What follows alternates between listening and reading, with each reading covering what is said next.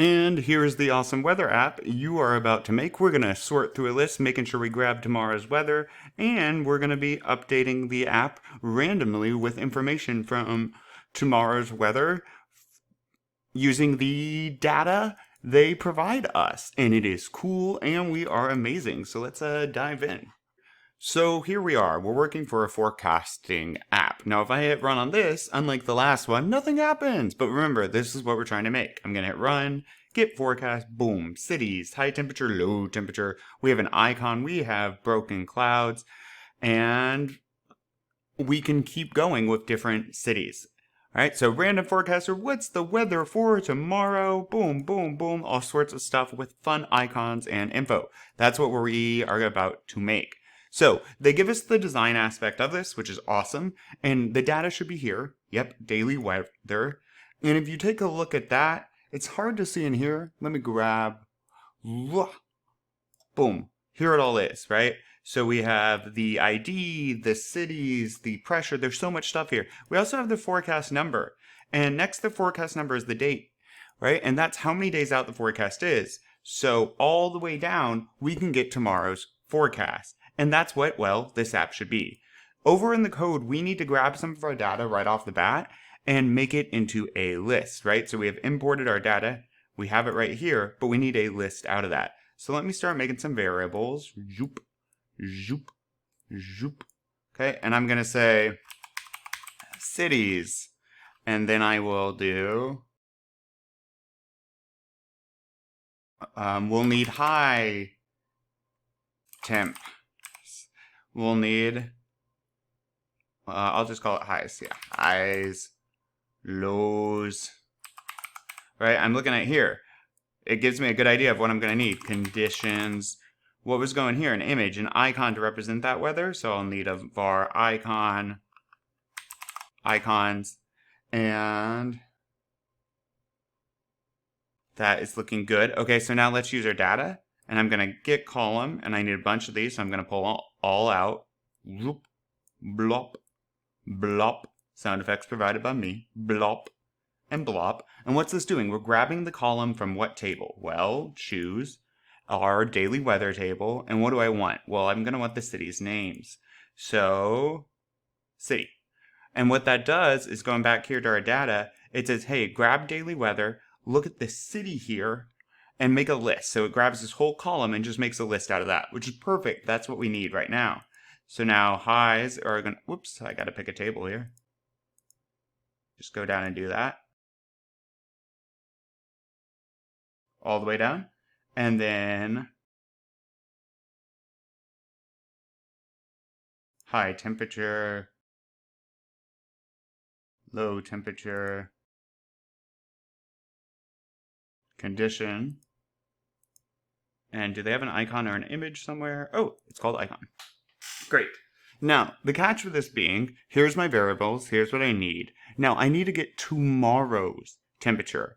And if you look at our list, tomorrow's temperature, it gives me way more than tomorrow.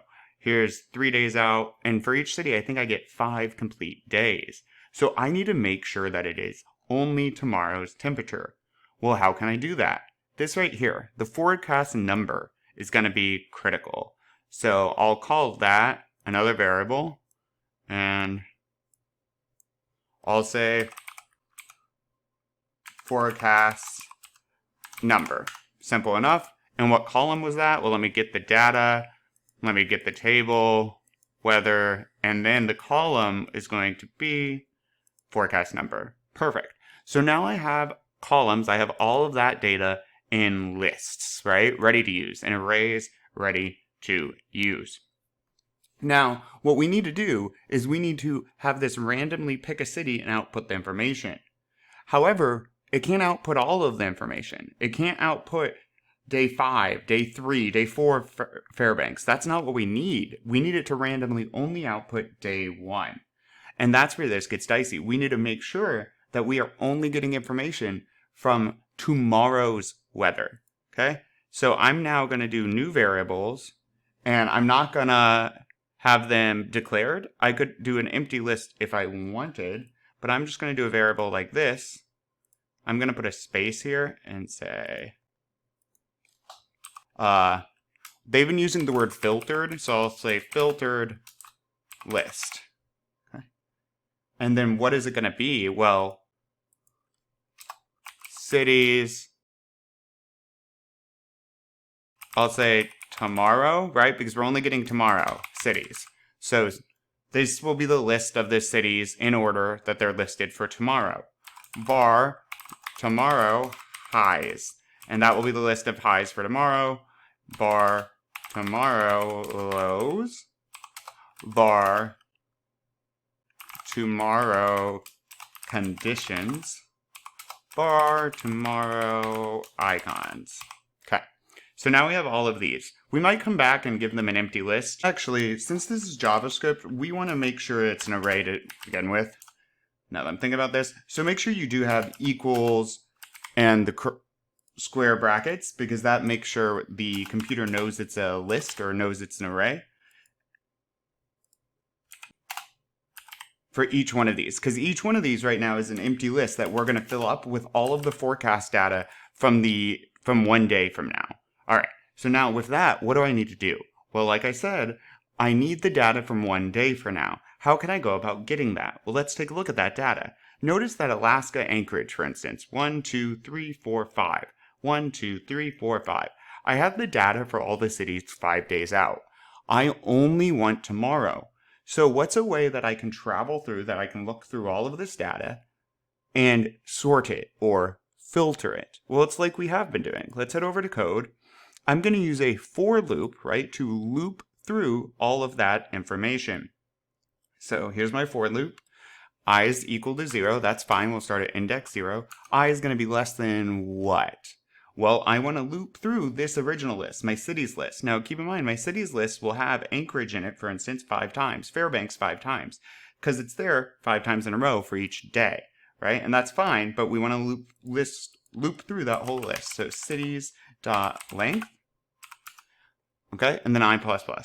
Now, what do I want to do? Well, what was I talking about? Tomorrow. I need to know what should be in my tomorrow cities. Well, what should be in my tomorrow cities? The only thing that should be is these cities that have the forecast number 1, because the forecast number of 1 means 1 day from now. So I want to look and say, hey, if their forecast number is 1, then do something. So literally, if, right? We're going to check. If, and I have this list I made of all the forecast numbers. So if forecast numbers with an S, make sure to add that. I had number originally, but numbers makes more sense for this. If forecast numbers I equals 1. So if when I list, so right here I grab this whole list, variable forecast numbers equal daily level weather forecast number. And so I grab that whole column. And remember, a list is indexed at 0. So this is 0, this is at 1, this is at 2, this is at 3. Let's go to my loop. To go over loops, variable I is equal to 0. I must always be less than the length of my cities list. So however long this huge list of cities is, I must be less than that because we only want to go to the end of it. And each time add 1 to I. So I starts at 0, 0 is less than the length of cities. We dip into our loop and say, if forecast number I, what's I? Oh, I is 0 right now. So forecast at index 0 is equal to 1. Let's look at our data. Here's index 0, right? Because we started 0 for indexes. Is it equal to 1? Yes, because that's 1 day away. That's Anchorage's forecast 1 day away. If it is equal to 1, what do I want to do? I want to keep it, right? I am trying to make a list of just cities, highs, lows, conditions, and icons for tomorrow. So to keep it, I'm going to push it on to these lists. Let's go over to variables. To push onto a list, you need to append. So let's say append item. What item do I want to append to my list? Or what do I want to append to? Well, I want to append tomorrow cities. And what do I want to add to it? Well, I want to add whatever city we are at right now, right? Because I know this index that I'm at right now has a 1 at it. It's 1 day away. So I need that city on this list. And so that would be cities I. Whatever's at this index at I, that's what I need. Because at this index at I, whatever I'm at, that forecast number is 1. Now what else do I need? Well, I want all of these, right? I want the highs, the lows, the conditions. And so I have all these separate lists for each thing. And I'm using the list that has all the data to filter out, to tone down, to make a list just with the tomorrow's data. And finally, tomorrow's icons.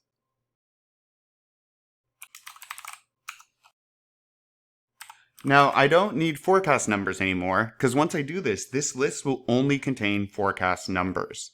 It's all it will have, right? Because every time I'm checking I. So let's say we reach the bottom of this. We added Anchorage, so that's the first city, high, low, condition, and icon in each of our lists. We hit the bottom. The if is done. We loop back around, I++. So I was 0. I is now equal to 1, right? I++ means I equals I plus 1. I is now equal to 1. 1 is still less than the length of the cities. We drop down into our list. We say, okay, forecast numbers 1 equal 1. Well, is index 1, and keep in mind, index 1 would be this, forecast number equal to 1. No, that's a 2. No. So then we keep going. It goes to 3, 4, 5. And then once we hit 5, well, look, because at ID 6 would be index 5, because we start counting indexes at 0, is Fairbanks at 1. Oh, well then finally, that's the next time this is true, and we add Fairbanks to the list. And then we keep going till we hit the next city with the day of 1. All right, now we have a list all made up, ready to go. What do we want to do with that list? Well, we want to be having our screen change depending on when the user hits get forecast.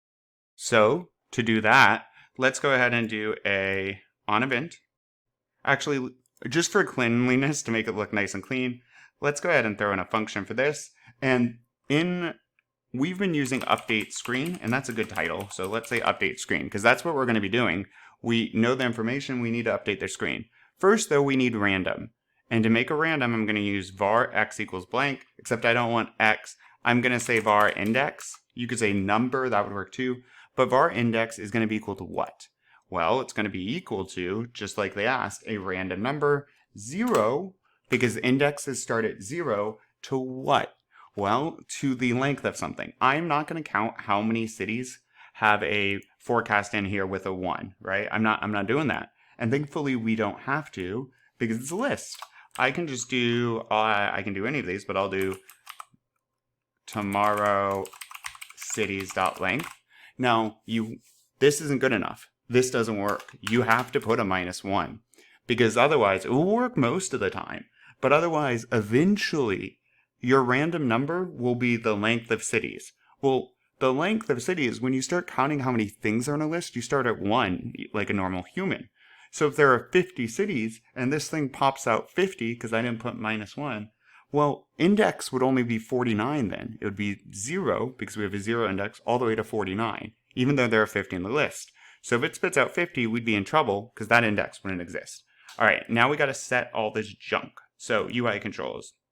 What do I see here? I need to set text for low,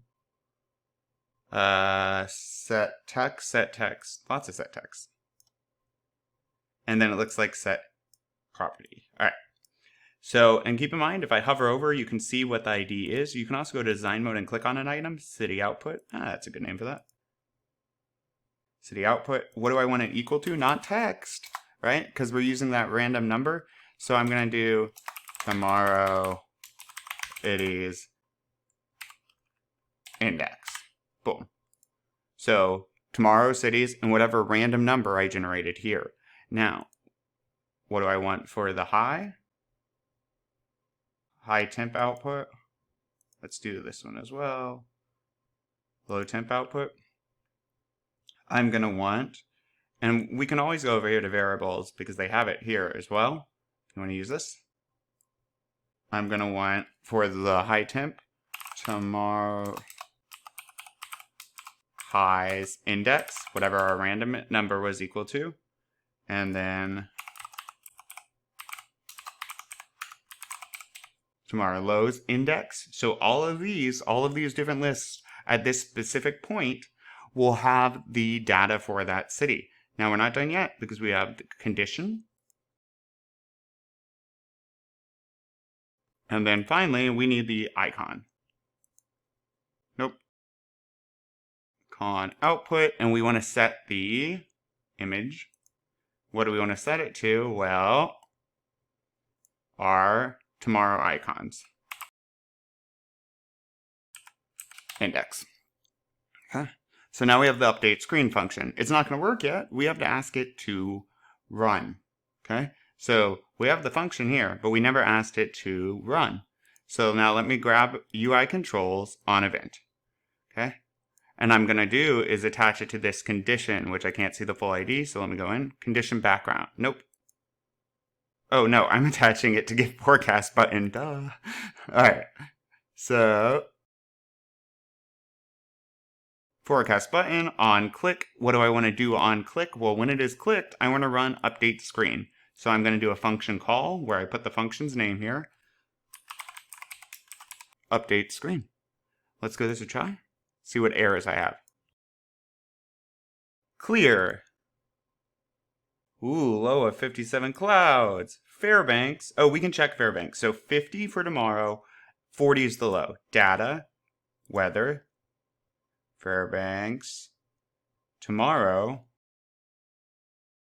Let me zoom out. Okay, whoa, way out. But let's check. Fairbanks, tomorrow. 50, yep. 50.9, 40 is the low. We should zoom back in so I can read things. Have it. This is super tricky. So there is some cleanup work we can do. Having a for loop outside just kind of raw like this isn't the best aesthetically. Let me have I'm going to put it in a function just because it's nice to have it in a container and explain what it does. I'm going to call this get tomorrow's